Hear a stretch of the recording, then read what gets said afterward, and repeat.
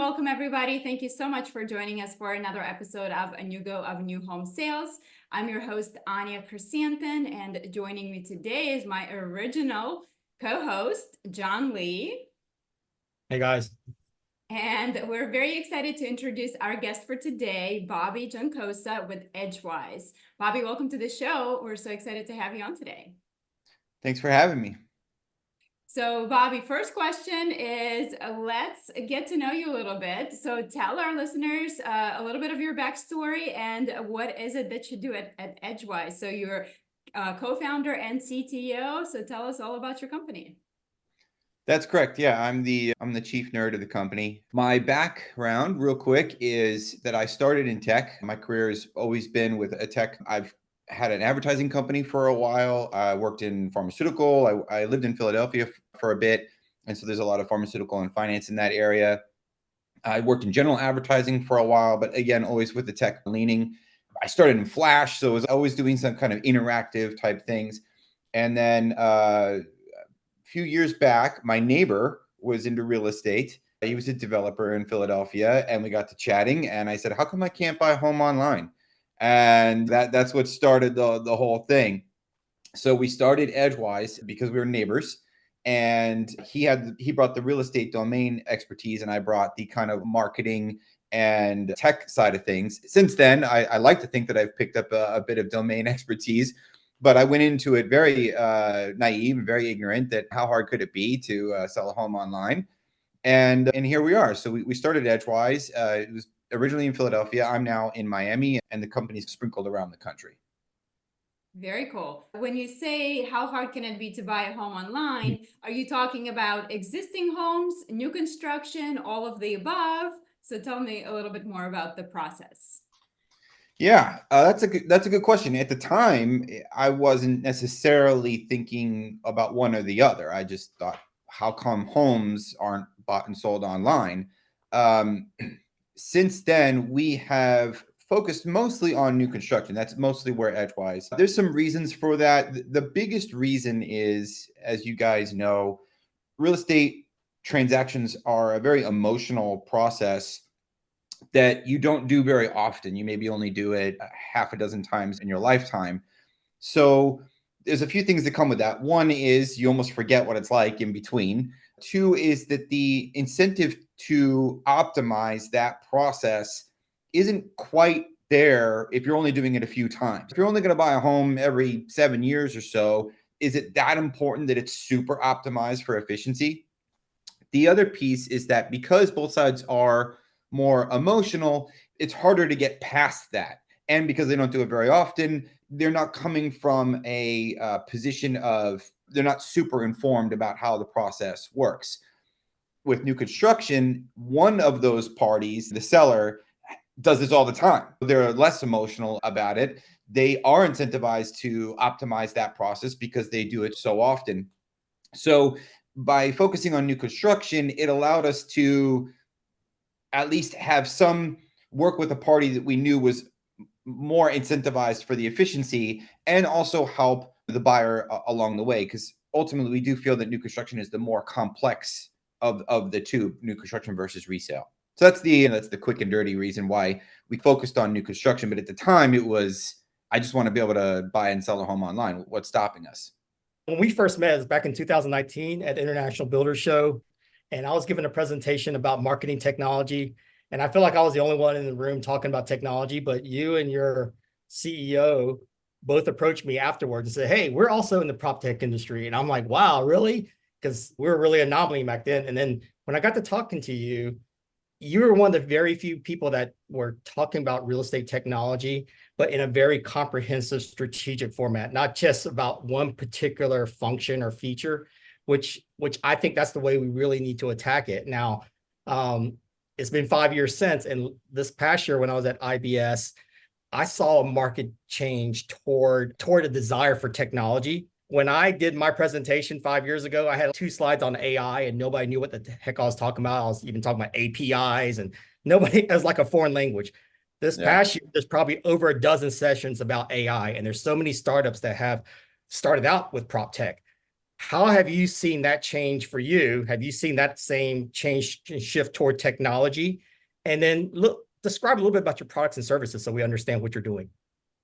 Sure. Yeah, there is a lot to be said about that. I think it's not controversial to say that the real estate industry is far behind other industries as far as technology adoption.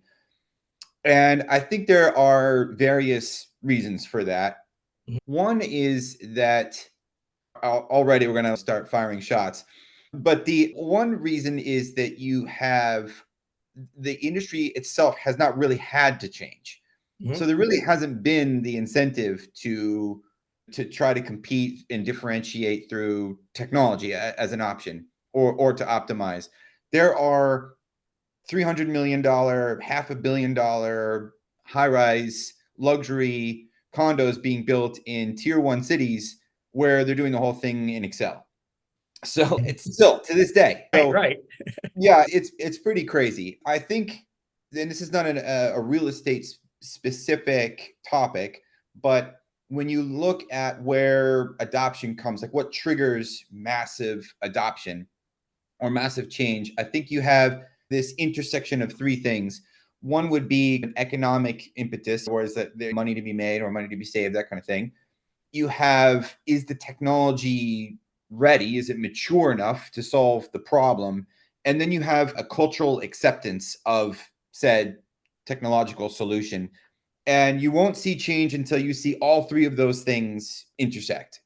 I agree. And you need all three, really. Mhm. For instance, Apple was 10 years too soon with some of their products and they didn't survive. And it wasn't until 10 years later that we finally saw things like the iPad or even the pencil, that kind of thing, things that they had poo-pooed earlier. And now all of a sudden, this is the right way to do it. And is that because culturally we weren't ready for it? Maybe the technology wasn't good enough for the pencil at the time. That kind of thing, when you struggle to understand why something's maybe too soon or it's not working, it's usually because one of those three things is not met. And we can get into whose fault it is, why Mhm. have it not worked, but I will say that I think we're now at that point. So the reason why you're starting to see more talks about it at IBS and more willingness to adopt technology is because those three things are starting to converge. Yes, and it's been many years in the making. It's not like all of a sudden we just turned on everything and it's now working. I know between you and me, we've been working on it for a decade and building Yeah. up to the culmination here to be where the hockey puck has been going. Speak to me a little bit about your products, because I think one thing that's going to be very surprising to people is that you cover a lot of products that are done specifically by specific companies like CRMs. I know you are very critical about some of the CRM processes here. Talk to me a little bit about how that's been successful for you. Also, Sure. talk to us about websites later on, because to your credit, Homes by Dickerson won Best Website of the Year, and you created that website. Of course, we created the content for them. We have our My Home app in there, so I'd like to get part of that trophy in a sense. Talk to us a little bit about that. Talk to us about your whole buy online. That you're, I think, one of the leaders of that movement toward buying online, particularly with condos, and then the whole buyer's portal shopping cart. So go at it. Sure. Thanks. So Edgewise is probably best considered as an end-to-end platform. That's like the term that's being thrown around these days. You get like a Zillow saying things like super apps or whatnot, but I think the more appropriate term would be an end-to-end platform. Mhm. And we didn't start off trying to build like an ERP for real estate or an end-to-end platform. It really was like, how do we buy and sell homes online? But what you find when you get into that is, unlike other industries where you can separate a CRM and your point of sale or your inventory, it's very difficult to do that in real estate. They are tightly interwoven. It's not just that you've got somebody who's interested in your product, but what product specifically are they interested in? What floor plan? What's their min and max price? It's a more complicated transaction. You're not, unlike Amazon, where everybody says, oh, the Amazon for homes. You're not buying a toaster online. It's far more sophisticated than a typical retail purchase, where if you don't like it, you can return it. You can't even return a home. People have experimented with that idea. It would be more akin to a large B2B sales transaction, even though it is a consumer on the other end, because of the size of the purchase and the complexity of it and the emotional commitment to it, you would have to approach it more like a very large deal that you're pursuing rather than a how many of these toasters can I sell before my unit economics make sense or whatnot, more like an Amazon model. So we actually think of ourselves more like a Shopify for homes than an Amazon for homes, where we power builders, developers, and brokers behind the scenes. We take a little bit more of a back seat in that way. So Edgewise as a platform has an industry specific CRM. It has an industry specific inventory management system, and that works for both horizontal and vertical construction and everything in between. We have our own transaction management that's in contracts and deposits and all of that, of course, with DocuSign integrations and such like e-signature. Then we also have our, I guess you could say, like payment processing and buyer facing transaction side of things. So unlike some systems where they might have a way to log that a contract was signed, our system would allow a buyer to go online, pick the inventory that they want, reserve it, even negotiate for it, make payments on it, and not just credit cards, because you're starting to see some of that come through now. We built this years ago, so we've had the benefit of being able to refine it and use it in lots of different contexts and realize there is no one size fits all way to buy a home online. Some builders are going to want to use credit cards with a $500 deposit that's fully refundable. Others, they can't do that in their state. It's illegal. So they would need some other way to do it, whether it's ACH or wire transfers or even crypto for that matter. And it could be a $50,000 deposit instead of a $500 deposit. And maybe you need to do add-ons like, do you want a garage? Or do you want parking? Do you want storage units? Or do you want these fixtures and personalizations like backsplashes, et cetera? That's all part of the reservation or the buy now process. And there's DocuSign integrations and all that. And then we go even further after the transaction to what we would call like the fulfillment side of things, where they need to make additional deposit payments. They need to get construction updates. Maybe they need to sign off on walkthroughs and do prep for closing and settlement. So for us and our customers, Edgewise is their single source of truth. That is their main platform.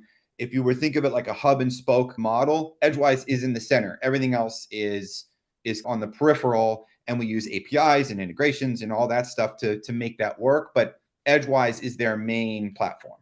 Plus you have the analytics, right? So you're capturing all that data and helping them make the right decisions. Yeah, I think one of the things that we've been championing, and I know you have certainly been vocal about this, is the idea that the industry needs to transition away from gut feeling and into data-driven decisions. So Exactly. yes, I know you feel this way. I know there's this like seasonal effect that we all know about, but what does the data say? And that's actually one of the big reasons why it's a good idea to move away from Excel. If we're being candid, a small project, $20 million project, you can get away with Excel. You're fine.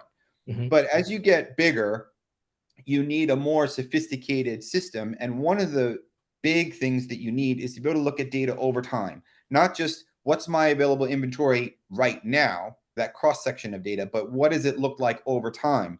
What's my absorption rate? What's my conversion rate from like lead to reservation, from reservation to offer, from offer to sale, et cetera? And not just over the whole entire, like since the inception of the project, but month to month over the 3-year lifespan of the project. And how's that compared to my other projects? What's the trend line look like? So when you have all that data, you have all your CRM data, everything about how you've marketed them, how many interactions you've had with them, how many appointments they come in for, how many social media interactions there are, how many text messages, how many times they have to touch the chat bot, all that stuff in aggregate, you can build out a lead and a buyer profile and say, I know that my typical buyer is this age. We have to interact with them 8 times. They like 3-bedroom units and they want to view the water and blah, blah, blah, blah. You get that profile, and it varies from market to market, project to project. But the big thing is to move away from gut feeling. And you see this on the software as a service sales kind of style, where you're moving away from all-star salespeople, where everything is based on a handful of rock star agents. And instead being able to create a more sophisticated process, omni-channel and buzzwords like that, where it's not just all based on one person, but rather it's a more sophisticated holistic solution where you've got multiple people who are specializing in different things, the omni-channel thing. You're looking at data, you're tweaking, you're going through that feedback loop and saying, okay, what's working, what's not working, etc. And so Edgewise is API first. So everything we build is based on that API. And then because we have all that data, we can analyze it. And we have turnkey reports and everything can be exported to CSV. We're working with some companies that do common ETL, which would be basically for the non-nerds listening. ETL is export, translate, and then load. So the idea is that you're going to export data from one system, you're going to transform it and prep it, massage it, and then you're going to load it into another platform. That might be like a data warehouse or a data lake or something like BigQuery or Redshift, where you can analyze it and run business intelligence on it, predictive analysis, and even AI. If you want to do like large language model type stuff. If you're in Excel, you have a long way to go before you can get to large language models. There's a lot of stuff in between. And what we try to do is incrementally get them from where they are, which might be Excel and living out of maybe Dropbox and email, to a more sophisticated solution on the other end of the spectrum, but baby steps. There's no need really, typically, if you're getting by in Excel, there's no need to jump from that to AI. But that's the end goal, is to get to that more sophisticated solution. Thanks for explaining that, because I really wanted someone to understand that from a CTO engineering perspective, because we both, in one sense, talk about it strategically, but you are echoing a lot of the strategy that I've been implementing for the last 10 years. And that's really to move, not just from, we're on our side, we're known for our content, but that content is all about the data. And that data really needs to encompass an end-to-end platform like you're talking about, all the way from marketing to sales. And it also needs to be on a robust engine, which we're alluding to it as a platform. Many things can connect to it and we can feed things out of it. So that platform, that end-to-end solution really improves that customer journey. And all that data needs to live inside of an ecosystem so we can really track the products and the people as they move through it. And ultimately that lays the groundwork for AI to now follow suit and collaboratively guide the buyer as well as the seller. So you have explained to me what I've been trying to explain to other people, the holistic approach, because I really think to sell such a complex product over many periods of time, over a long period of time across many channels and with many different customer experiences for each individual buyers in a personalized way, it really needs to be on a platform in an ecosystem. And that's what you're building, and that's what we're trying to build as well. You compared buying toaster on Amazon versus what you're doing is closer to a Shopify experience. I almost think of it like as a building custom shoe. So I think that is the part that a lot of builders that we work with are missing, that part of personalization, because they think, oh, when it comes to buy now, you can just do this like generic, give them an idea. So talk to me about the role of personalization and how important it is to actually implement personalization in order to get somebody to buy a home online. Yeah, there's a lot to be said about that. I'll try to keep it brief, but on one side of it, you have buyers who ideally want a brand new home. You know, most buyers, and Zillow puts this data out every year, and so these percentages are increasing. Buyers prefer a new home. Buyers are typically unrepresented when they start, and they typically start their process online. So those are three things that you can safely bet on. They're going to be online, they're going to be unrepresented, and they prefer new. By the time they get to the actual sale, a lot fewer of them are unrepresented. A lot fewer of them are still online. It's typically brought offline, and most of them end up in resale. So what's the reason for that? So I think that's a whole thing worth unpacking, why their preference isn't what they actually end up with. The other piece of it is what you're talking about is what makes new construction so unique. And this is part of the reason why it doesn't work out, is that I want new, but I also want it like tomorrow. And I also ideally would like to personalize it and change the backsplashes and all that. It's a little hard to have your cake and eat it too, right? I can't install a backsplash in one day. And how does that work? It is not like a toaster for lots of reasons. The size of the purchase, the complexity of the purchase. You don't sign a contract when you buy the toaster on Amazon. You don't have to be vetted. You don't need to finance it typically. So if you do, it's pre-approved through your credit card, as opposed to having to go out and get a mortgage approval for your toaster. So there's a lot You more. don't have to sell a toaster to buy a toaster either.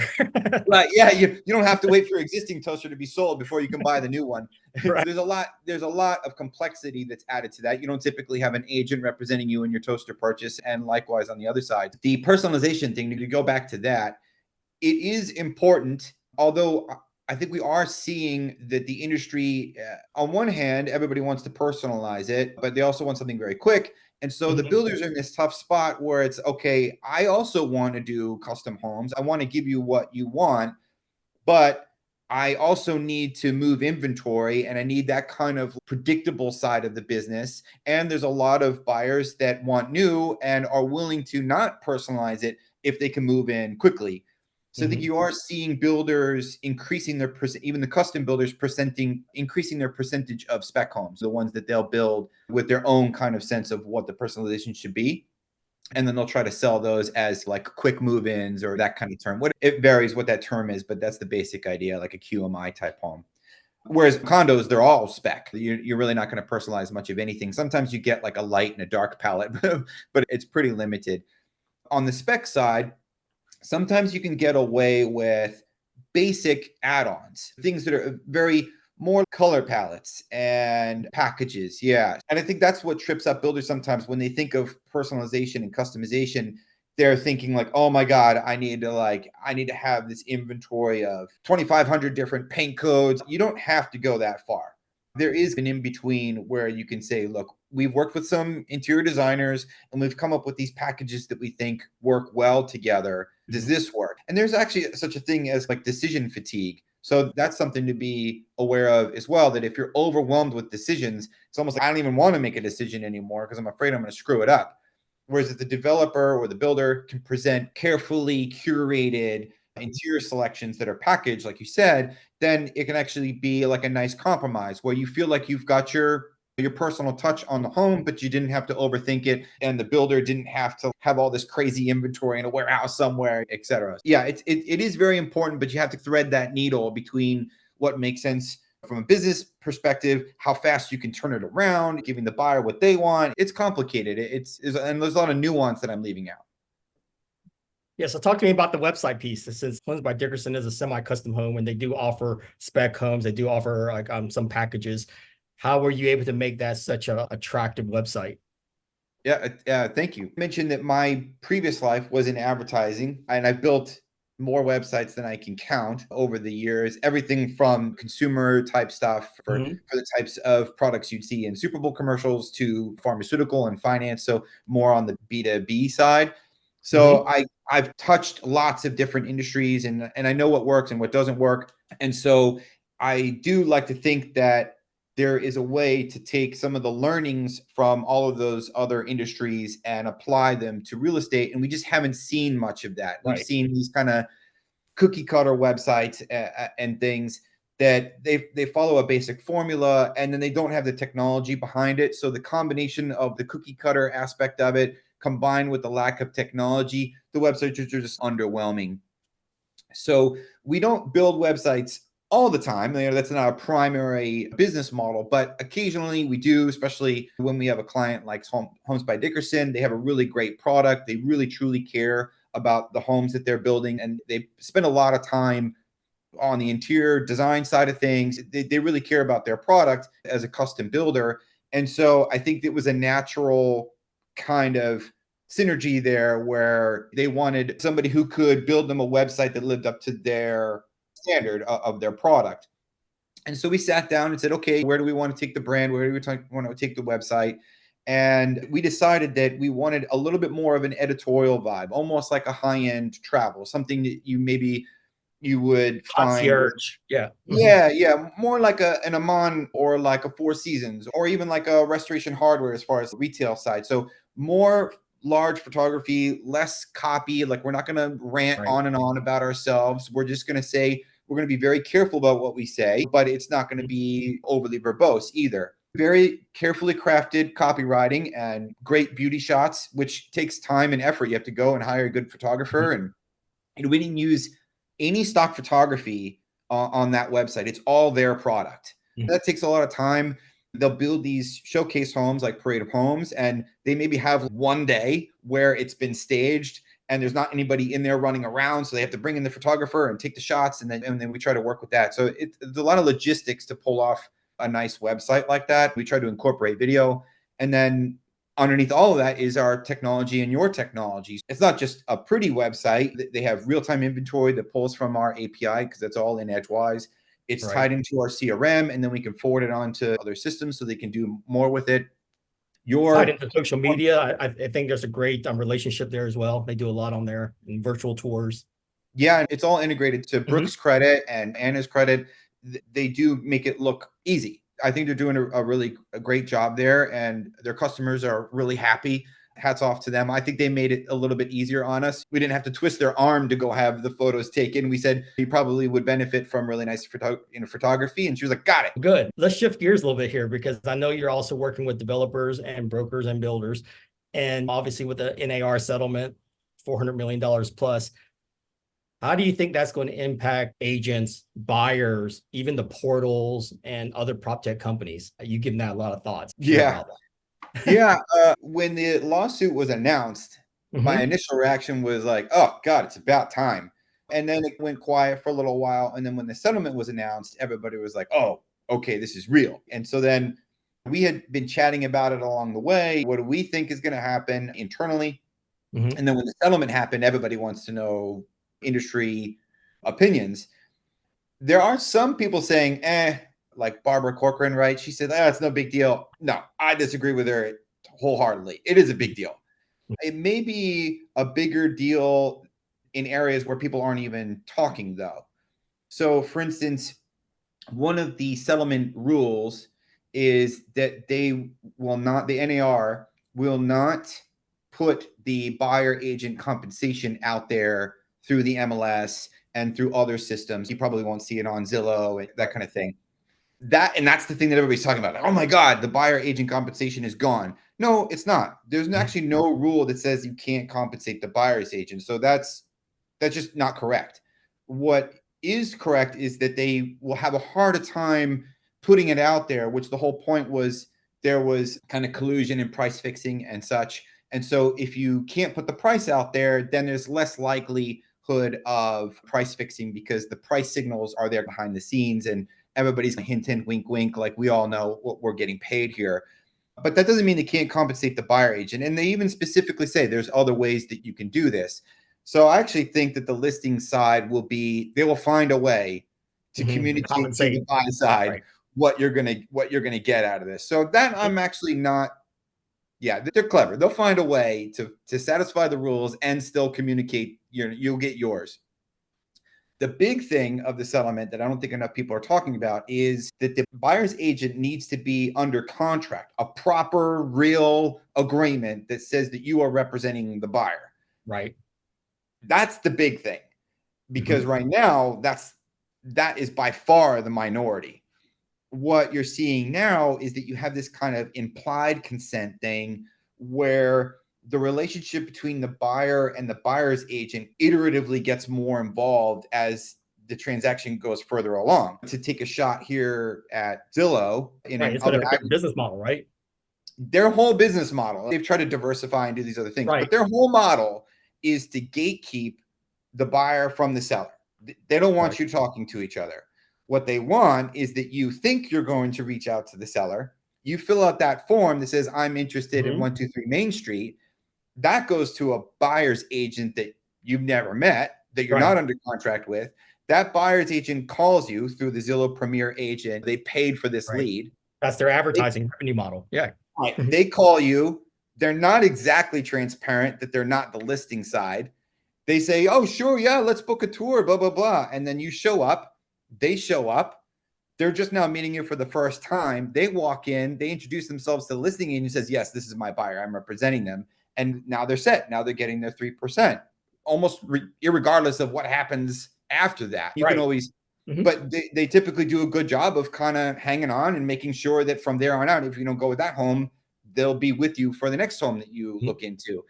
That's a really opaque and dirty way of doing business, in my opinion. They're never going to contract. They'll never tell you what they're going to get paid up front. You have to ask all of these things. So thankfully, the Department of Justice and others, those who brought the suit, feel this way too. And that's what we're going to see go away. That even if Zillow does continue with their premier agent model, you won't be able to get much further than the buyer's agent calling you and saying, I'll schedule a tour, because they will have to put you under contract before you can even go on the tour to say that they are representing you.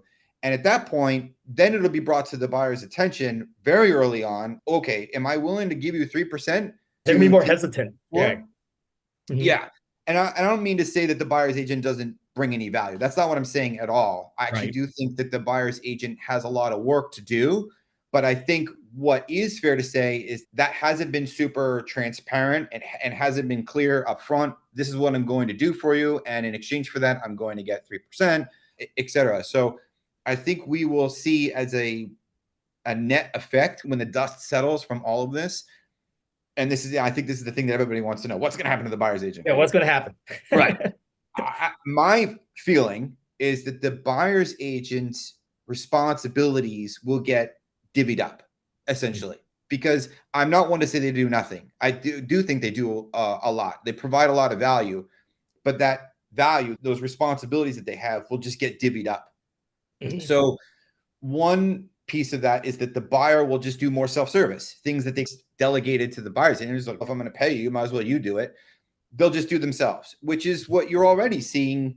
That's how it starts, right? They go online, they found the home themselves, they started unrepresented, and then they quickly became represented. So the other piece is technology will step in and say, okay, where the buyer's agent was maybe on their internal networks, or they've got friends of listing agents or whatever, or they're connected with the builders, technology will have to step in and solve some of this. Some of the communication is done through text message. I'm going to text my agent, who's going to text another agent, who's going to text to the developer.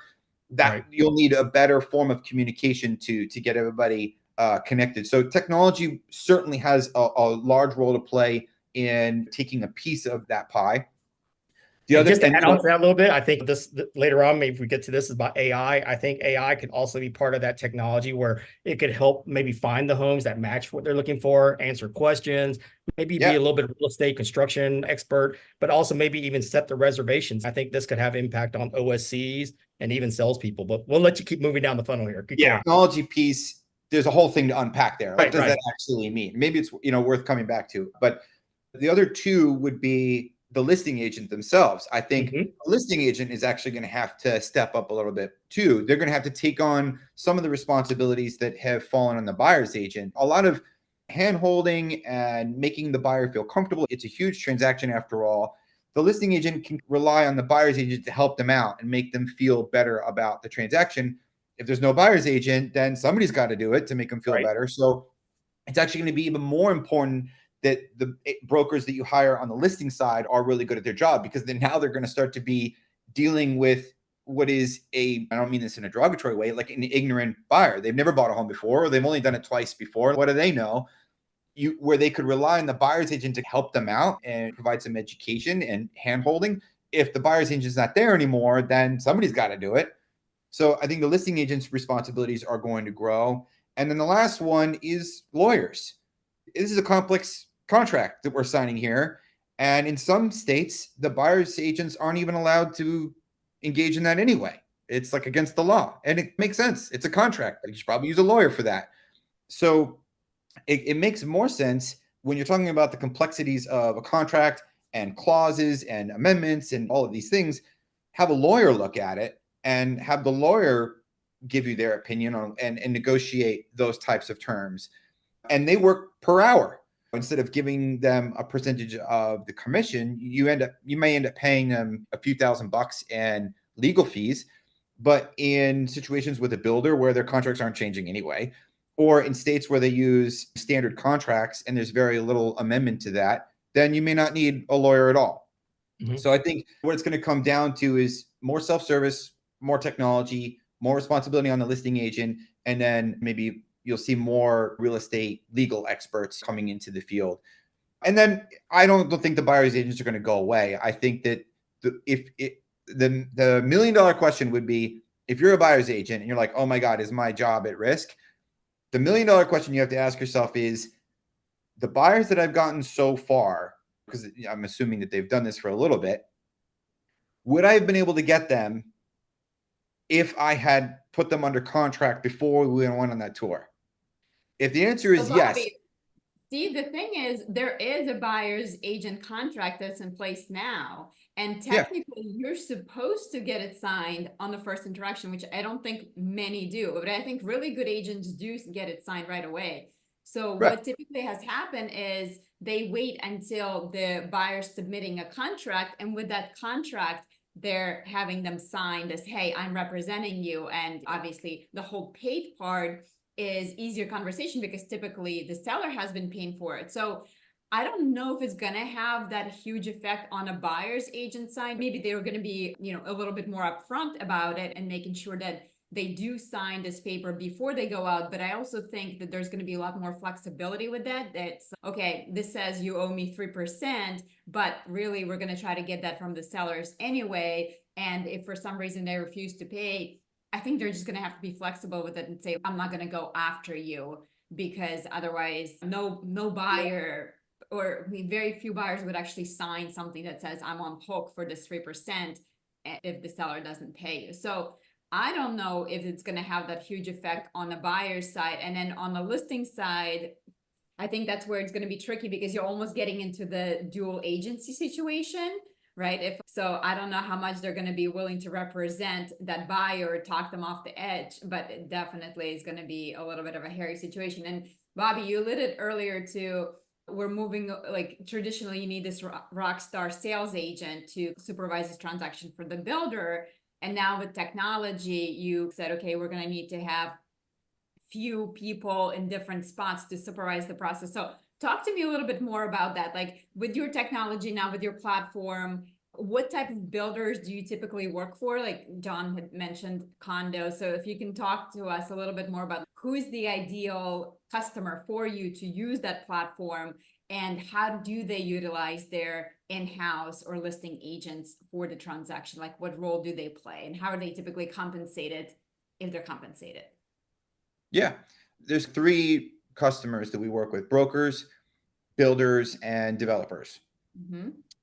The platform is built to be collaborative. So it's not a siloed system. We don't charge for seat licenses, which I think disincentivizes having everybody in the system, because it's like anybody who now has access, you're paying for it.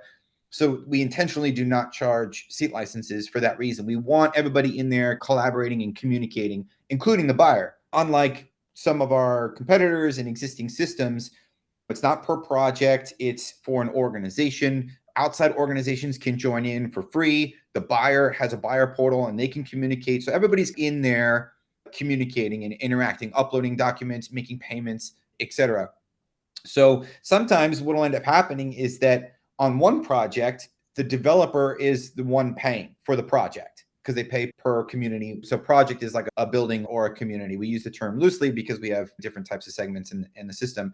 So just a project. So they'll be the one paying for the project, and then they'll hire a brokerage, and they'll give, who is our customer in another project, they'll give them free access to that project. And so now the brokerage, maybe the preferred lender is in there, the builder, the developer, they're all in there, and the buyer, where the developer is paying for that one. On another project, that same brokerage that is collaborating on project A is now has their own project where they're the brokerage, and they're the one who wants to use Edgewise, and so they're paying. And so it's like an interesting dynamic to see it that way. We work with the top 3 biggest brokers in the country, and for one of them, we are their platform of record. So every project that they get, they put in Edgewise if they can. Sometimes they have no choice because the developer says, no, we use X or Y. And so they're stuck with it if they take a project on halfway. They don't want to migrate. Clarify, on new construction side only, or including the resale too? No, mostly on new construction. We do some resale, especially on what some brokers would call ultra prime, where basically you're talking like a $35 million home. Those homes are so unique that they're essentially new construction. They have a marketing budget. They've got their own website. Like, in a way, homes that are that expensive are almost indistinguishable from new construction. So We do a lot of resale, but it's mostly new construction. And in that case, where we're like the platform of record, then it's on the new construction side. Do you charge for lead generation? And also, do you charge for the transaction fee if you sell the house for them? No, that's the short answer. We don't charge for lead gen. I think it's an interesting model. We've dabbled in it. Other portals and marketplaces have done that, so I'm just curious to see. So here's the tricky part, if I'm being candid, is that if I put myself in the seller's shoes, I want to use your platform because it's a great CRM and I can make payments and I can run analytics and all this cool stuff. Right. So then I put my project in your platform, and then you in turn put that project on your marketplace. And then because your marketplace is so great, you get a lead and you sell that lead back to me using the data that I put into your system. I always felt like I wasn't going to be able to pull that off. Maybe Zillow could pull it off, but I never felt like I would have a good answer to the seller unless Edgewise had so much marketplace liquidity, so much organic traffic that Edgewise. Right. You would have to drive all that traffic to your site that you can justify that you can charge for that lead. No, yeah, so that's a good answer. I would have to be able to, I'd have to justify that the lead that I just sold them didn't come to them because of them. They came to them because of me. If it weren't for me, you wouldn't have got this lead.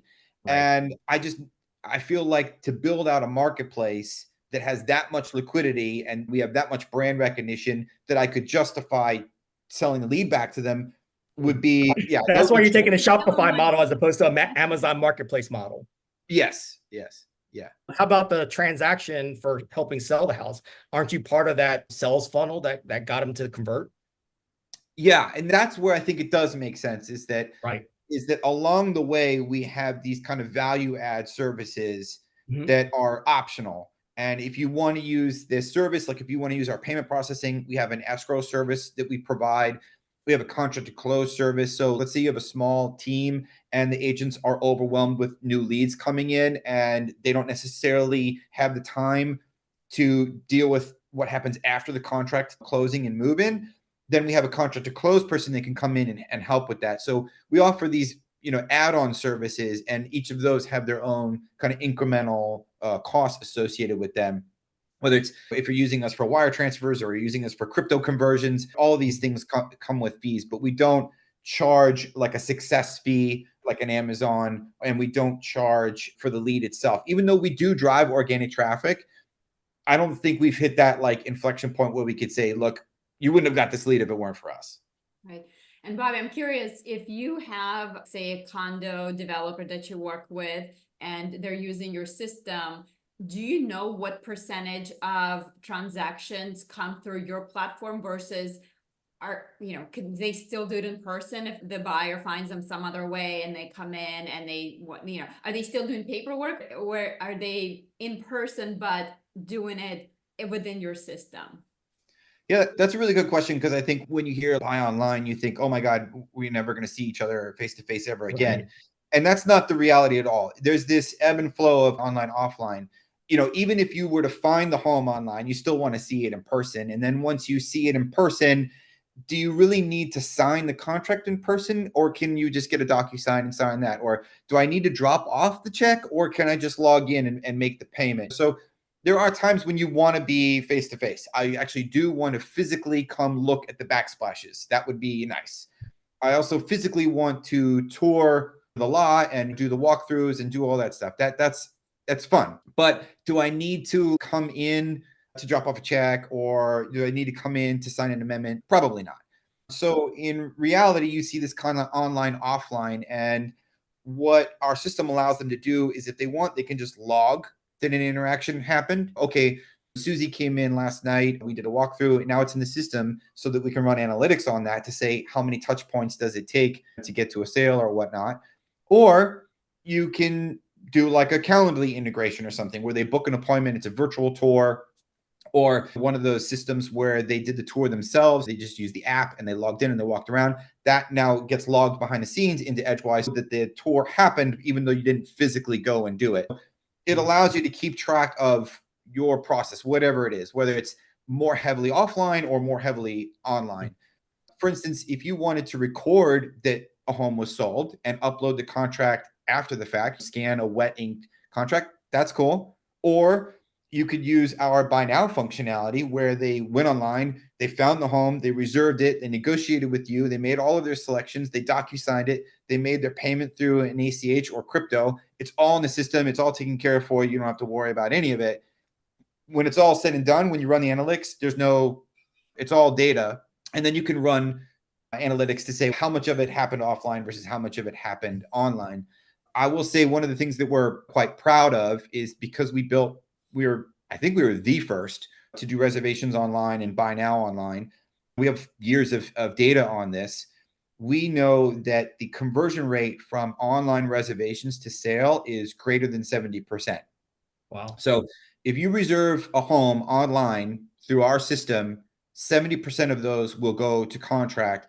And it makes sense, right? There's a big leap from coming in for an appointment to signing a contract. A reservation is a nice in between where you've got, okay, I filled out your contact form on your website. I came in for an appointment, as a visit, as some builders, developers, brokers will call it. Then I reserved, then I made an offer, then I purchased. Each one of those steps, if you don't have the reservation, there's actually a big jump from I came in for a visit and I made an offer. So the reservation fits in there very nice, like psychologically, everything. So I think that's why those percentages are so high. And it'd be great to see the industry adopt more of that. So here's the big question on behalf of the home builders. I've Mhm. seen your track record with success for condos, developers, even brokerages using your system. Seems like you're just starting to make that foray into single family, build on your land or communities. How strong and how hard are you going to go after the single family home builders? Is that on your roadmap? Between us, since no one else, Between yeah, for everybody here, I'm trying to help you out here. Yeah, yeah. To be fair, I think the developers and the brokerages are very competitive. So they have been very quick to adopt new technology, and they see these projects as more experimental and typically a younger buyer. So we've been able to have a fair amount of success with that segment. The home builder side has been a little slower to adopt this technology, but like I said earlier, I think we're like at that inception point where we're going to see it all. The floodgates will open. So now I think is a good time to really commit to the home builder side of the industry. There's nothing preventing us from doing that. At the end of the day, our platform can do both. We just haven't really actively, gone after that segment. But we just hired some more people to help on the customer success side of that. We're going to be putting a more concerted effort at getting our name out there on the home builder side. It just worked out that we got. You're going to provide it. Yeah. Cause I know you don't have a big marketing team yet. You're like where I was 3 years ago. Yeah. You got your machine going now and you're ready to go into the home builder segment. Well, Bobby, thank you so very much for such a stimulating conversation. Definitely making this into a two-parter. And Bobby, please tell us, where can people learn more about your company, what you do, and then is there anywhere you hang out, particularly on social media, where people can engage with you personally? Sure, yeah. Edgewise.io is our website. You can learn about Edgewise there. I also try to respond to all the emails I get. So it's just Bobby@edgewise.io. Happy to chat with anybody out there. I don't really do the social so much. I don't want to get canceled for saying something controversial. So yeah, I don't really do that. I think I'm probably better off without it, to be honest. One of these days you'll have an AI avatar that will handle all of that for you. I know.